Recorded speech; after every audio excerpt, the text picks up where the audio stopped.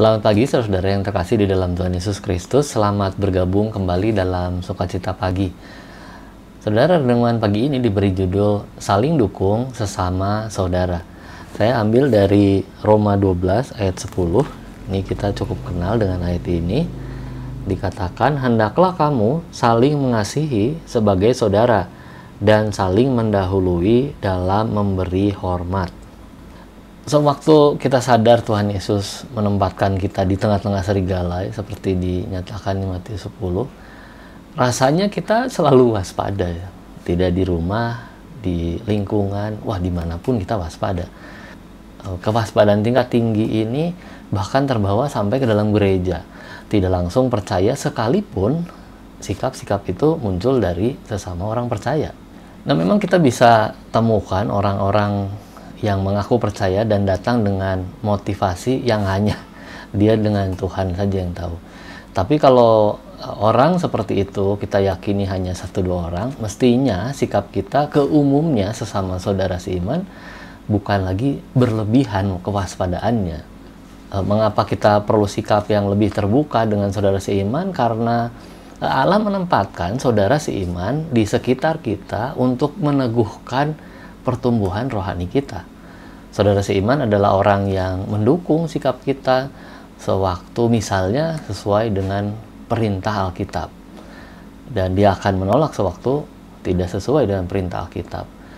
Saudara seiman juga mendoakan kita sewaktu jatuh dalam pencobaan, dan mereka juga yang akan berupaya menerima kita kembali walau sudah pergi jauh hilang, seperti perumpamaan Tuhan Yesus dalam anak yang hilang itu.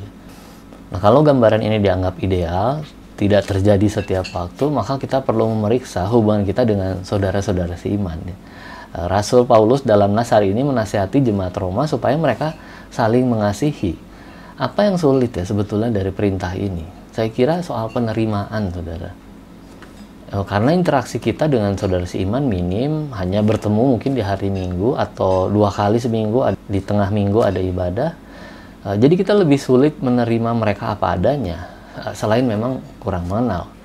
Tapi kalau itu masalahnya, saudara, maka disinilah alasannya gereja, termasuk gereja kita, membuat kegiatan-kegiatan dalam kelompok-kelompok kecil. Bukan hanya pendalaman Alkitab yang bisa dilakukan lebih baik dalam kelompok kecil, tapi keakraban terutama juga meningkat. Nah, Paulus juga menasihati supaya praktiknya sesama saudara saling mendahului dalam memberi salam.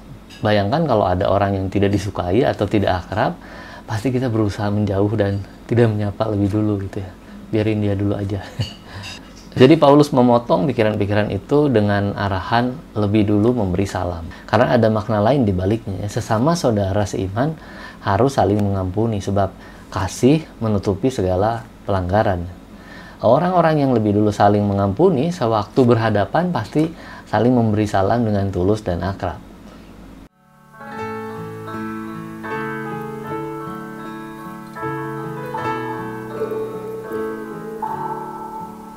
Tuhan Yesus berkata, kuatkan imanmu, kau tetap berdoalah dan berharap padaku. Yesus penebus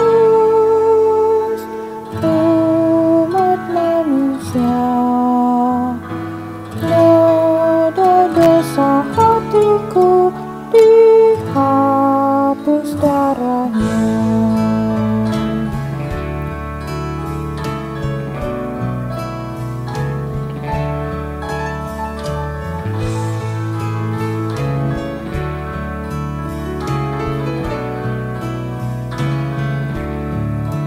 Tuhan Yesus rahimi, walau ku tak layak, penebus mengampuni, meski dosaku banyak. Yesus penebus umat manusia, noda dosa hatiku dihapus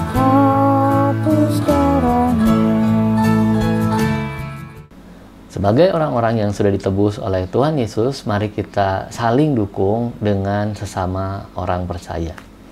Mari kita berdoa, saudara.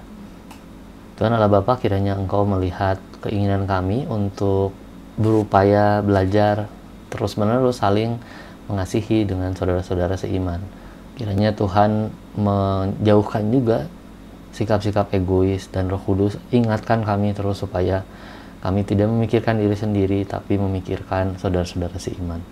Terima kasih Bapa di surga, kami serahkan seluruh doa ini dalam nama Yesus Kristus. Amin. Damai sejahtera dari Tuhan Yesus Kristus menyertai.